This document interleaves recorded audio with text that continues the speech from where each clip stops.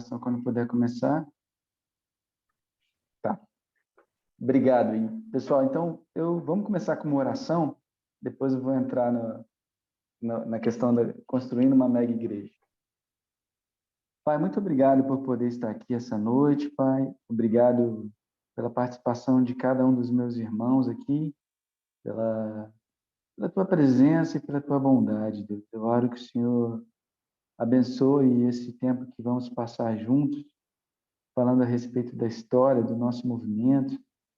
Que o Senhor possa ajudar nosso coração, aqueles que vivenciaram, aqueles que não vivenciaram, que o Senhor possa ajudar nosso coração a olhar de uma forma que nos traga paz, Deus, e ao mesmo tempo esperança, e nos ajude também a nos direcionar, Deus. Obrigado pela vida de cada um que está aqui essa noite, que o Teu Espírito possa usar a minha vida para falar a respeito dessas coisas. Eu te oro muito agradecido, no nome de Jesus. Amém. Amém. Obrigado. Acho que funcionou. Então, antes da gente falar sobre, acho que muitas pessoas gostariam de falar a respeito das situações que dividiram a igreja, como a carta que o Henry Pitt escreveu em 2003, ou outras questões, né, que chegaram a causar algumas rupturas na igreja. Mas eu acho que antes disso, vale a pena a gente ouvir um pouco da história da construção das megas igrejas. Pode passar o slide. Lá no final da década de 80, o Kip McKean, né, ele liderava a igreja em Boston, e ele deixa a função de evangelista principal da igreja de Boston, e ele assume uma nova função, que é a função de evangelista de missões. E ele viaja ao redor do mundo e visita várias implantações de igreja.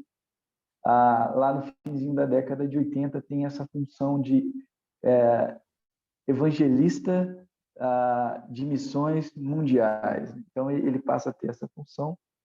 Mas logo em 1990, né, ele vai se tornar um evangelista principal da igreja de Los Angeles, porque a igreja lá em Los Angeles começa a ter um problema, né?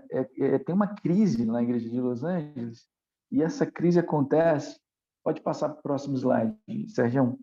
A crise nessa igreja tem a ver com o Tom e a Kelly Brown. Eles lideravam a igreja, eles também eram líderes de setor mundial. O Tom bom, dá para ver que ele é a esposa e os 3 filhos, né? A esposa mais à esquerda, ele logo ao lado dela. Mas eles estavam enfrentando dificuldades no casamento deles, que foram realmente muito sérias, né? E, bom, eles ajudaram na implantação da igreja de Los Angeles, mas eles precisaram dar um passo atrás e deixar de ser líderes da igreja de Los Angeles. O Tom e a Kelly e a família, eles voltam para Boston, e depois eles passam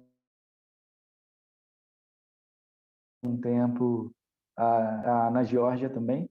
Posteriormente, ele começa a ficar lá. Mas com essa crise, o Kip McKean começa, e a Helena, eles assumem a igreja de Los Angeles, né? Que ela começou pequena, né? A implantação dela foi com 25 membros da igreja de Boston, 25 membros da igreja de São Francisco e San Diego juntos, né? E a igreja também acabou fazendo uma reconstrução do setor norte de Los Angeles, que era Antelope Valley Church of Christ, que era na parte norte da cidade de Los Angeles, que foi reconstruída, e ela acabou aumentando um pouquinho. Inclusive, essa igreja, Antelope Valley Church of Christ, existe até hoje, e recentemente, teve uma conferência de mestres da igreja que ela que sediou essa igreja, né? Além de ser virtual, né? Mas então, com essa crise na igreja de Los Angeles, o Kip e a Helena McKean vão para a igreja lá em Los Angeles, e e eles começam a trabalhar como evangelistas principais da igreja, acumulando mais um papel, além de ser o, de missões, ele ser responsável pelas missões, né, o evangelista de missões mundiais, ele também se torna o líder e evangelista da igreja de Los Angeles. E ele leva junto com ele o Chris, o Marty Fuqua, a esposa, a Chris Fuqua, que se tornam novos líderes de setor mundial, né, para o centro-oeste dos Estados Unidos e para o Canadá. E, bom, ele chegou a ter uma visão de construir uma igreja. A ideia do Kip McKean, quando ele assume lá a igreja em Los Angeles, é ter uma igreja modelo, é levantar uma bandeira para o movimento, a um posto de comando para o movimento internacional. E é interessante que em 1992, numa das cartas dele, né, que é Revolução através da Restauração, ele escreve o seguinte: atualmente, isso em 1992, Helena e eu colocamos nosso coração em construir uma mega igreja em Los Angeles, como um modelo para que todas as igrejas cresçam e amadureçam para a glória de Deus. 1 Tessalonicenses 1:7. Eu sou profundamente encorajado que igrejas em Atlanta, Denver, Londres, Kingston, Manila, Miami, Fort Lauderdale, Orlando e Toronto tenham cada uma delas mais de 1.000 pessoas aos domingos. Também com que as igrejas em Chicago, Los Angeles, São Diego e São Francisco tenham mais de 2.000 pessoas todos os domingos. E que a igreja de Nova York tem quase 4.000.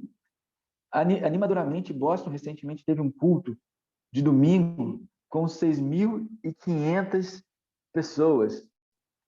Mas ele fala que ele queria que a igreja fosse como no livro de Atos, em que se tinha dezenas de igrejas com milhares de pessoas, né? E, bom, um dos presbíteros da igreja de Boston, né, que é o Al Bird, ele se muda para Los Angeles, né? Na verdade, a gente conhece ele como presbítero da igreja de Boston, mas ele foi levantado presbítero na igreja de Los Angeles também, em 1993. E ele fala da igreja de Los Angeles como uma igreja de P&D do nosso movimento.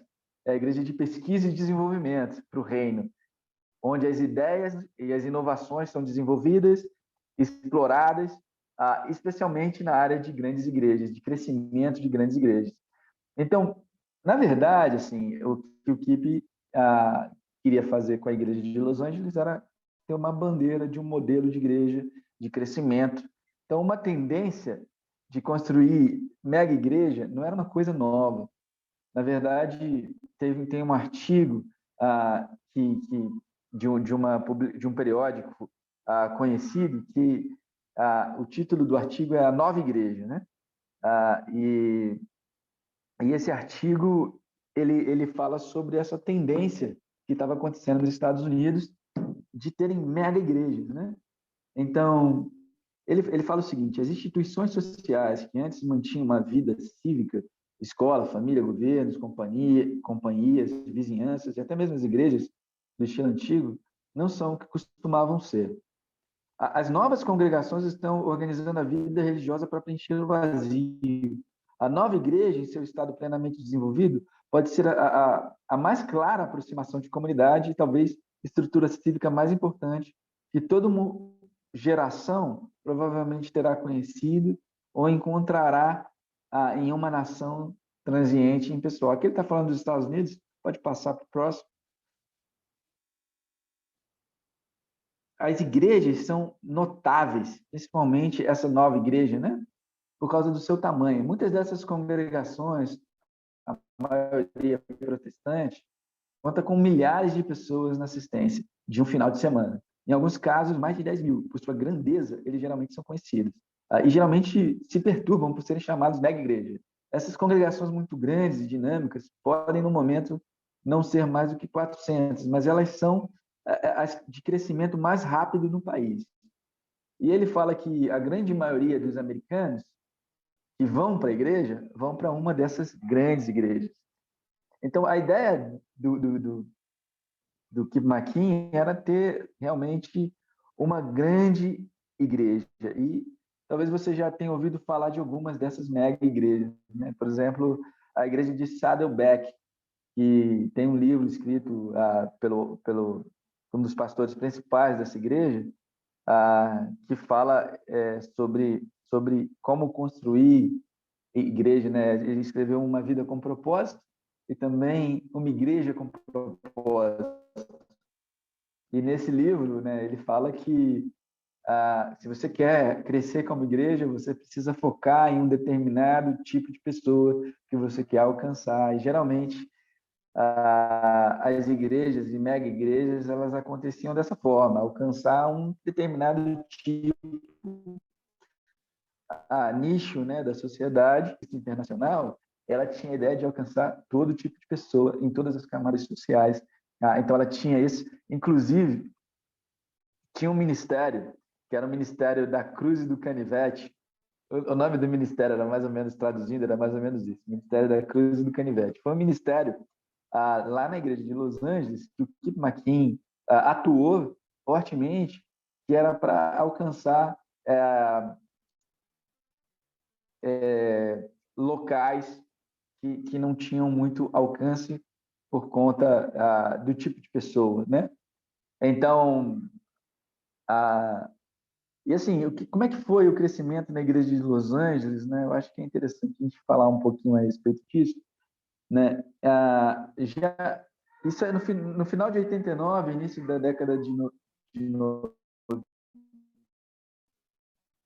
início dos anos 90, o KIP 95, o movimento já tem mais de cerca de 19 igrejas com mais de 1.000 membros, né? E o KIP começa a trazer líderes de outros locais para irem para a igreja de Los Angeles. Vários locais ele leva líderes para lá e algumas igrejas deixam de crescer. Algumas igrejas do movimento não crescem tanto como se imaginava, mas Los Angeles continua crescendo. Uma taxa de 20% em 1995 e ela já tinha mais de 10 mil pessoas no culto de domingo, né? Imagina uma igreja com mais de 10 mil pessoas. E o que acontecia é que cada vez se precisava de mais recurso financeiro e de mais pessoas para suprir as necessidades de uma igreja, né, que era grande, né, como essa. Então, e o que estava acontecendo é que quando os líderes tinham alguma dificuldade, eles eram levados para Los Angeles para serem renovados e abastecidos, e lá eles tinham uma assistência. Interessantemente, quando um dos líderes da América do Sul passou por dificuldades com a família, né, e saiu da posição de liderança dele, ele foi chamado para morar em Los Angeles. E não foi só ele, foi ele mais 70 pessoas e várias famílias apoiadas pela igreja para ele poder se reerguer. Ele acaba não voltando a ser líder de setor mundial, mas ele foi para lá, assim como muitos outros vão para lá, né? Tinha essa cultura, né, de levar as pessoas para Los Angeles para receberem esse estímulo, né, para serem atendidas nas necessidades, né, de crescimento espiritual. E assim, e cada vez se precisava de mais recurso financeiro para sustentar um ministério tão grande, né? E, e isso, né, com o passar do tempo, causou ressentimento nas igrejas que preferiam usar o recurso que elas tinham localmente do que enviar esse recurso para construir a mega igreja de Los Angeles ou para apoiar a mega igreja de Los Angeles, né?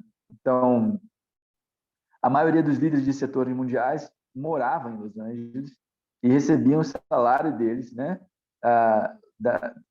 de lá, né? E eles tinham geralmente uma dupla função. Eles acabavam trabalhando em alguma coisa na igreja de Los Angeles e também sendo líderes de setor mundial. Bom, geralmente para igrejas que eram mais prósperas, né, em nações que eram mais bem estabelecidas, era pedido, né, um contínuo apoio, né, para as missões, né, nas nações mais pobres, enfim, e isso acabou causando um certo ressentimento em outras igrejas. Assim, depois de um tempo, algumas estatísticas, né, foram sendo disponibilizadas, né, e 55% do dinheiro coletado nas ofertas especiais de missões ficavam nos Estados Unidos, né? E essa estatística era desconhecida para a maioria dos membros da igreja, né? Então, muitos dos recursos que eram captados ficavam, né, mais nos Estados Unidos, mesmo tendo mais igrejas fora, a maior necessidade fora. Então, é bom a gente colocar esse pano de fundo para a gente entender algumas coisas. E aí, o que acontece? A igreja é uma mega igreja e começa a ter muitas necessidades. Então, precisa-se acontecer uma diversificação no ministério, ou seja, precisa-se criar novas ênfases, né, para que possa ser atendido, né, esse ministério. Uma das coisas interessantes que esse ministério eu acabei falando anteriormente, né, o Ministério da Cruz do Canivete, mas acabou sendo necessário criar outros ministérios, e uma das coisas que foi interessante é que um dos primeiros ministérios especializados a ser criado foi um ministério chamado AMS. Em inglês é AMS, saiu errado aqui, é AMS, mas é Artes, Mídia e Esportes. Esportes em inglês é com a letra S. Eu acho que em São Paulo tinha um ministério semelhante, que eu acho que era o ProArtes, né? Mas lá na década de 90 foi criado o ministério AMS, que é Artes, Mídia e Esportes. E, bom, e aí foi convidado ministros, né, para suprirem, né? E assim, uma das coisas que foi interessante na criação desse ministério é que a igreja começou a alcançar pessoas que eram músicos, né? E a igreja, né, desde o final ali da década de 80, né, a gente já começava a usar instrumentos, né? E uma das coisas que aconteceu foi uma mudança do slogan, né, do movimento de restauração, que é onde a Bíblia se cala, nós falamos. O slogan não era esse, né? Mas então houve essa mudança no slogan, né, onde a Bíblia se cala, nós falamos, que foi para incluir essa nova categoria, né, de, de músicos, né? Na verdade, o Alexander Campbell falava que a gente deve ficar em silêncio quando a Bíblia fala, e falar, quer dizer, e falar onde a Bíblia fica em silêncio, ele não falava isso, né? Isso aí foi uma mudança, inclusive isso está num documento do Kip McKean, né, que é a Revolução através da Restauração.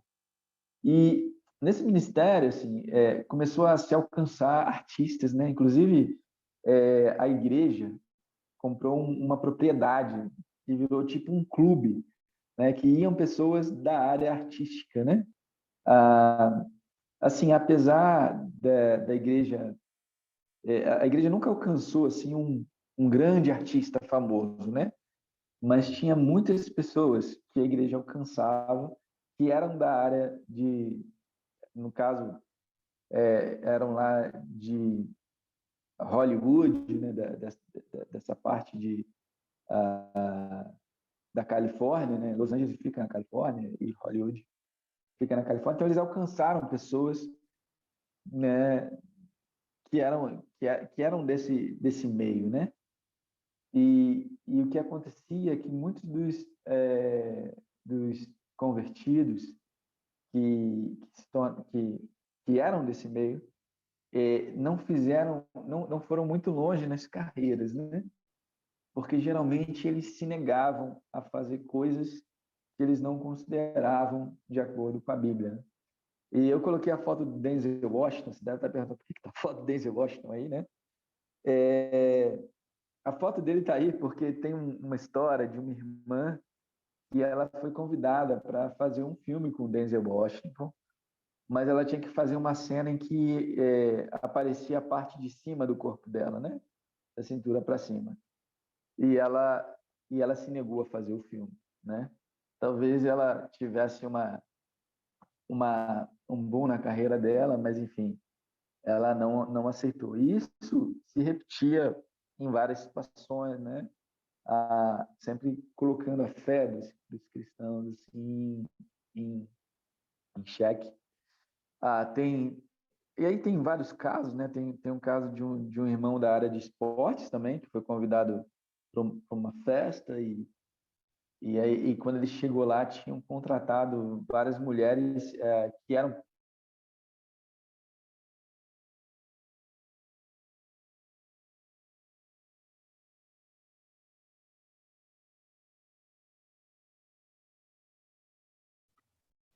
Pessoal, acho que a gente perdeu um pouquinho o É, Samuel aqui. Samuel, a gente perdeu você um pouquinho. Você está ouvindo agora?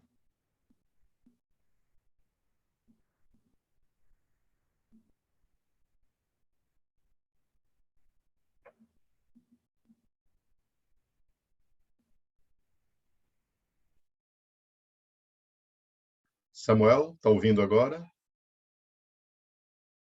Você está mudo e a gente perdeu você um tempinho.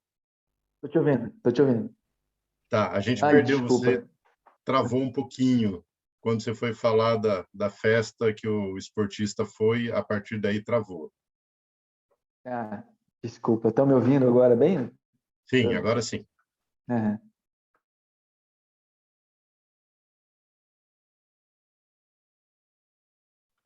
Não mais.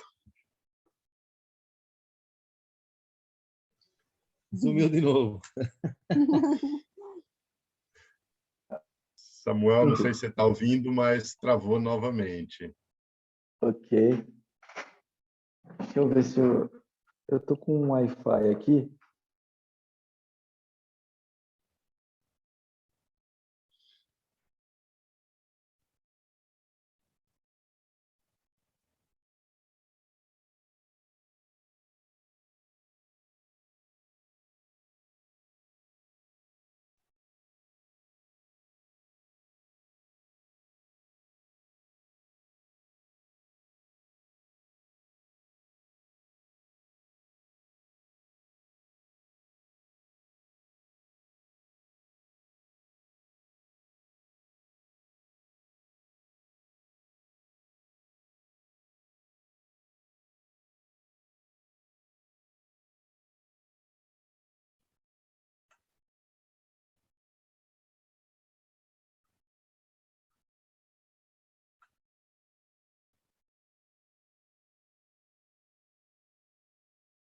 Samuel, eu estou vendo você, mas acho que você está mudo ainda. E agora, tá me ouvindo ou não? Agora estou ouvindo. Tá. Tá bom ou tá picotando? Não, se continuar assim, tá bom. Tá bom. Tá. Tá bom. Obrigado. Desculpa aí o Não, efeito foi aí. só falar de Hollywood e a comunicação aqui complicou. Mas vamos lá. Então, eu tava mencionando de um artista, de um esportista que foi convidado, e ele era cristão, para uma festa. E a festa, ele viu várias mulheres, né, em banheiras, enfim. Ele não sabia o que estava acontecendo. Quando ele foi ver, aquelas mulheres eram, na verdade, prostitutas que tinham sido contratadas para estar ali. Quando ele percebeu, ele foi embora. Enfim, o que acontecia, assim, é que muita gente desse meio, e e, e aí a gente não pode, não é uma questão de juízo, né? Mas o que aconteceu na igreja é que muitas pessoas começaram tinham dificuldades no passado com drogas, com o uso de drogas, né? E aí existia uma necessidade de abordar essa questão, que aí foi criado o Ministério de Recuperação Química, né? Mas só por curiosidade, né? que os cristãos compartilharam a fé, né? Estudaram a Bíblia com muitas estrelas famosas, como a Michelle Pfeiffer, o Sidney Poitier, Bill Cosby, Christian Slater, Michael Jordan, Magic Johnson, né?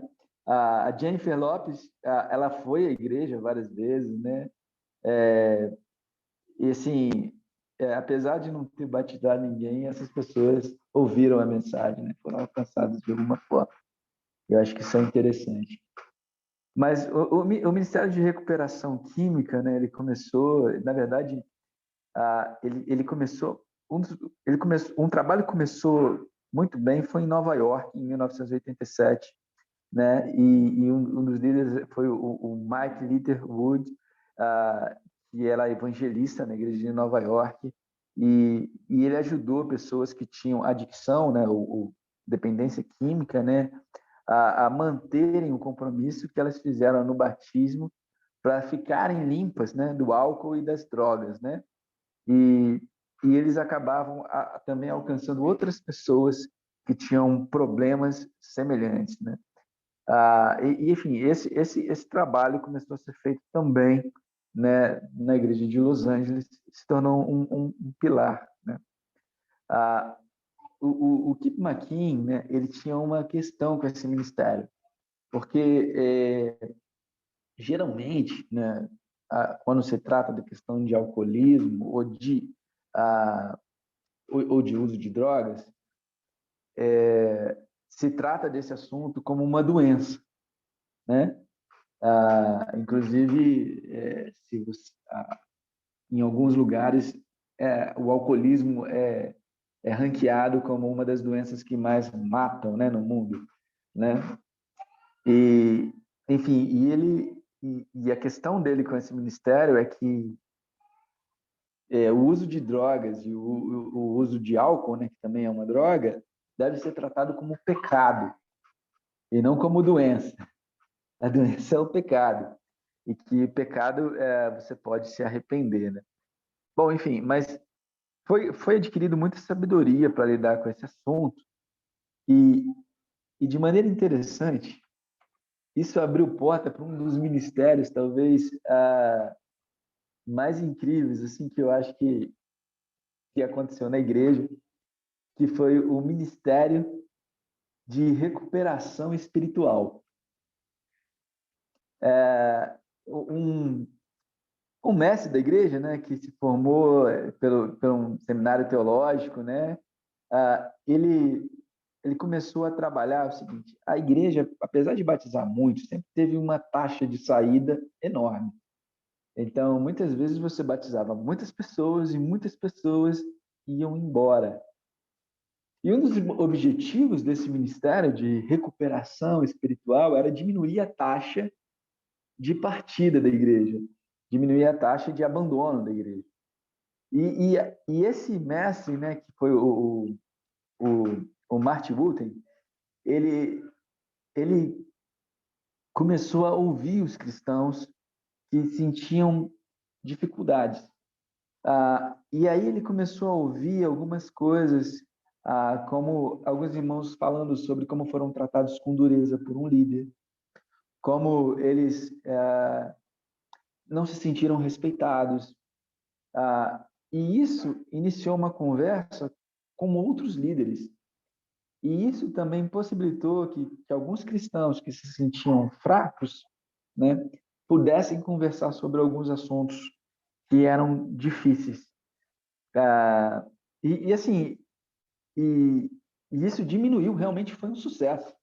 Diminuiu drasticamente o número de pessoas que estava abandonando a igreja, melhorou as conversas, né, a respeito de assuntos que eram difíceis, e era uma voz dos cristãos comuns, né, entre aspas, todos são os cristãos comuns, mas que não eram líderes, era uma voz para tratar de assuntos com alguns líderes.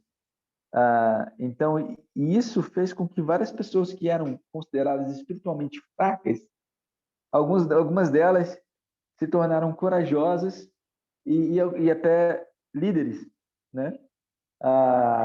Dentro da igreja.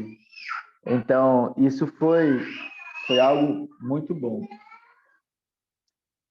Outra coisa que aconteceu, é assim, na igreja, ah, existiam os líderes de cada igreja, né, num país ou numa cidade, que era o evangelista principal. E às vezes ele tinha uma certa liberdade para falar com a igreja. Então, em Indianápolis, né, um evangelista, né, ele ficou muito descontente com as políticas e as práticas da igreja. Né? O nome dele era Ed Powers. Né? E ele conversou com a congregação dele, e a maneira que ele transmitia as notícias era como ele via, exatamente como ele via. E o que aconteceu foi que o Kip McKean foi até Indianápolis com outros líderes do setor mundial para conversar com a igreja, mas era tarde demais. A igreja se dividiu, né? E só ficaram algumas poucas pessoas na igreja e o restante saiu com esse líder de Indianápolis. E depois desse evento, né? Isso foi em março de 1994. Depois desse evento, eles decidiram, olha, não dá para qualquer pessoa ficar contando as histórias da igreja. A gente mesmo tem que contar as histórias da igreja, né? Então eles criaram, né, o KNN, né? O KNN, que é Kingdom News Network, né, que são as notícias do reino, a rede de notícias do reino. Até hoje é engraçado que a gente tem esses registros, todos os KNN estão disponíveis, né? Acho que estão em inglês, né? Mas todos os KNN estão disponíveis. É interessante, né, ouvir a história. Na verdade, o que aconteceu em Indianápolis, né, é mencionado na carta do Henry Crick, não sei se vocês estão lembrados, mas ele fala lá que ele fala isso aqui está acontecendo agora é muito mais profundo do que aconteceu em Indianápolis. Mas ele talvez o que aconteceu lá era uma previsão, porque a, a história tem alguns ângulos diferentes, né? E não um único ângulo de visão, né? Mas começaram a surgir os KNNs e também os boletins, né, de Los Angeles também já existiam, né, mas era um meio para se contar a história da igreja. Né? Enfim, isso tem a ver com o Ministério de Artes, né, também, né, de mídia, né? Mas precisou se criar uma diversidade, né, de ministério. E um dos ministérios que eu acho importante falar a respeito é o Ministério de Famílias, né? Aí, né? É interessante que uma das grandes necessidades, né, para ser supridas, né, na igreja de Los Angeles, era fortalecer os casamentos e as famílias. Então, aqueles que tinham sido convertidos como solteiros e casaram dentro da igreja, eles tipicamente evitavam muitas das graves dificuldades encontradas por aqueles que se casavam fora da igreja. Então, quem se casava dentro da igreja, que foi solteiro, foi convertido, tipicamente tinha menos dificuldade. Quando se estudava a Bíblia com uma pessoa, geralmente precisava lidar com a violência, né? Discussões violentas, abuso físico, questões de infidelidade. Tudo isso eram questões que eram preciso lidar, né, com casais que começavam a estudar a Bíblia, né, pela primeira vez.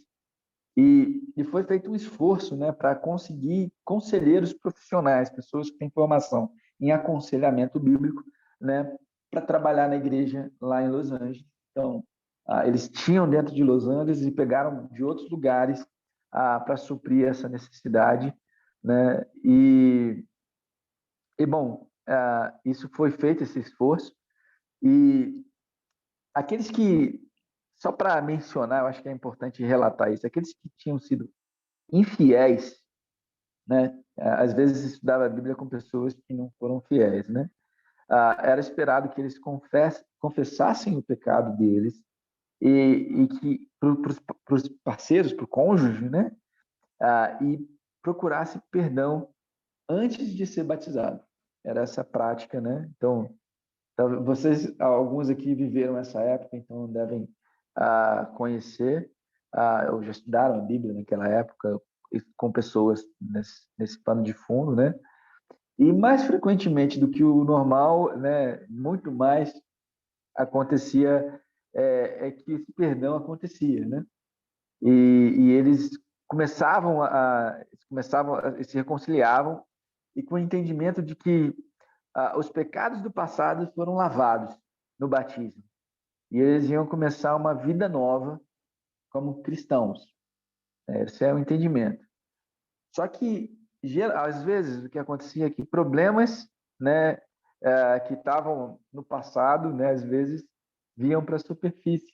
Quando acabava um pouquinho a euforia, né, dos primeiros estágios. Então, o que era preciso fazer, né? Geralmente se usava-se dos relacionamentos de discipulado para ajudar os casamentos nos problemas que eram mais brandos. Nos problemas que eram mais severos, se buscava o aconselhamento, né, com profissionais ou com pessoas do ministério.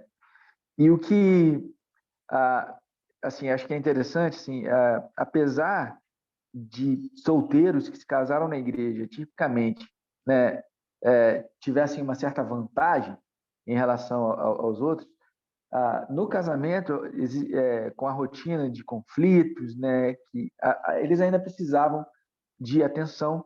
Então, eles tinham parceiros de discipulado para discutir eventuais conflitos, resolver ressentimentos que eles pudessem ter um com os outros. E essa manutenção contínua, né, dessas conversas, de lidar com essas questões, prevenia, né, de muitos conflitos e de muitos problemas posteriores, né? Então, o que se fazia na igreja era que todo ano também acontecia um retiro de casados, né, para ganhar suporte, trabalhar os relacionamentos de discipulado, e geralmente esses retiros eram no final de semana, num hotel bacana, né, num lugar legal, com testemunhos de casais casados, né, e isso se seguia, né, com uma noite a sós com o cônjuge, né. Em 1997, o Bruce Williams, né, pode passar, o Bruce Williams, um dos presbíteros da igreja, né, desde o início do movimento, falou o seguinte: quando você pensa sobre a igreja de Deus, aí o Deus é maiúsculo, né, você percebe que uma rica fonte de conselhos há ali. Muitos de nós recebemos conselhos profundos sobre casamento, namoro, vida. O modo de avaliar esses conselhos é olhar os resultados. Essa é uma estatística esmagadora. Nenhum casal que começou a namorar e se casou na igreja de Los Angeles e manteve-se fiel a Deus se divorciou.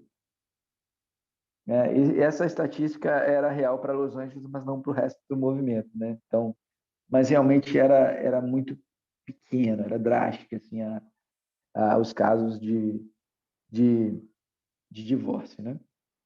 Na igreja. E a gente falou de casamentos, aí vamos falar um pouquinho sobre a criação dos filhos, né?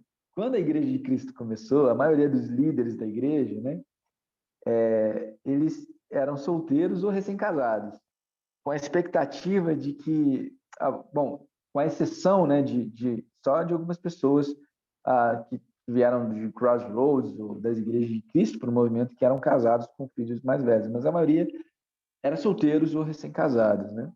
E eles, quando tinham filhos pequenos, geralmente lá na década de 80, né, se tornava muito fácil para os líderes, né, que tinham filhos, confiar na ajuda dos cristãos para cuidarem dos filhos, né, serem babysitter dos filhos, né, enquanto eles guiavam as tropas, tinha outras pessoas que cuidavam lá dos filhos deles, né. Mas desde Boston, né, desde do início da década de 80, o Kip McKean ele reconheceu que precisava de ter uma priorização da família, era uma necessidade contínua, né? E depois dele ter passado um longo período longe da família, né? ele fala, né? Essa não é esse texto que eu vou ler aqui, não, aqui é outro, né? Mas eu entendo com um sério sentido de responsabilidade quão importante é para mim passar tempo com a minha esposa e com os meus filhos. Como o cabeça da minha família, eu sou o discipulador deles para Cristo. E não tem nada que eu queira mais do que ter minha esposa e meus filhos de pé diante do Senhor, eternamente salvos em Jesus Cristo.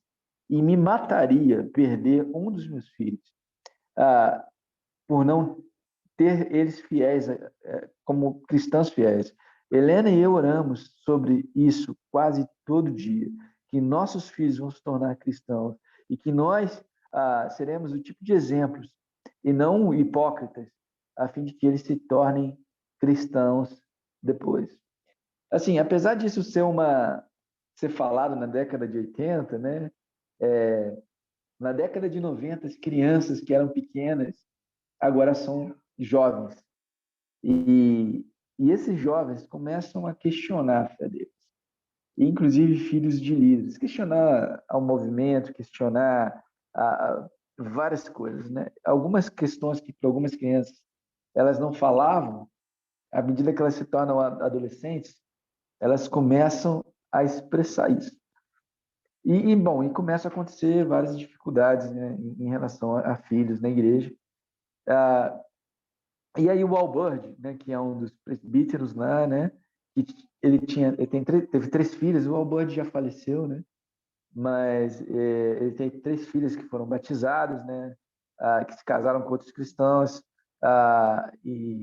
bom, ele ajudou a igreja e ele escreveu uma coisa que é o que está escrito nesse texto aí, né, pode voltar um pouquinho, esse texto que está aqui em inglês, treine o seu filho no caminho que ele deve andar, e quando ele for grande, ele não se desviará dele.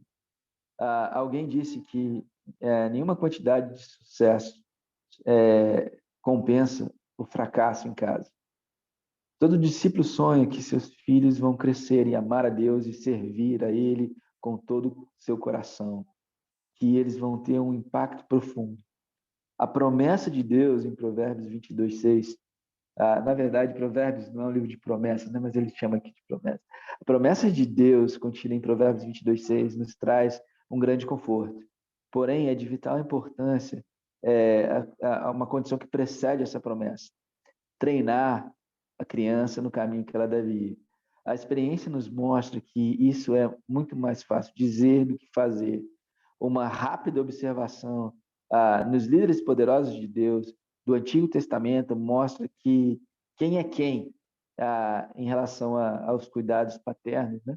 Ou de pais, né?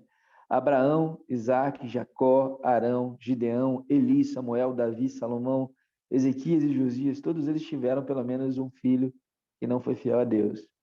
Qual é o problema?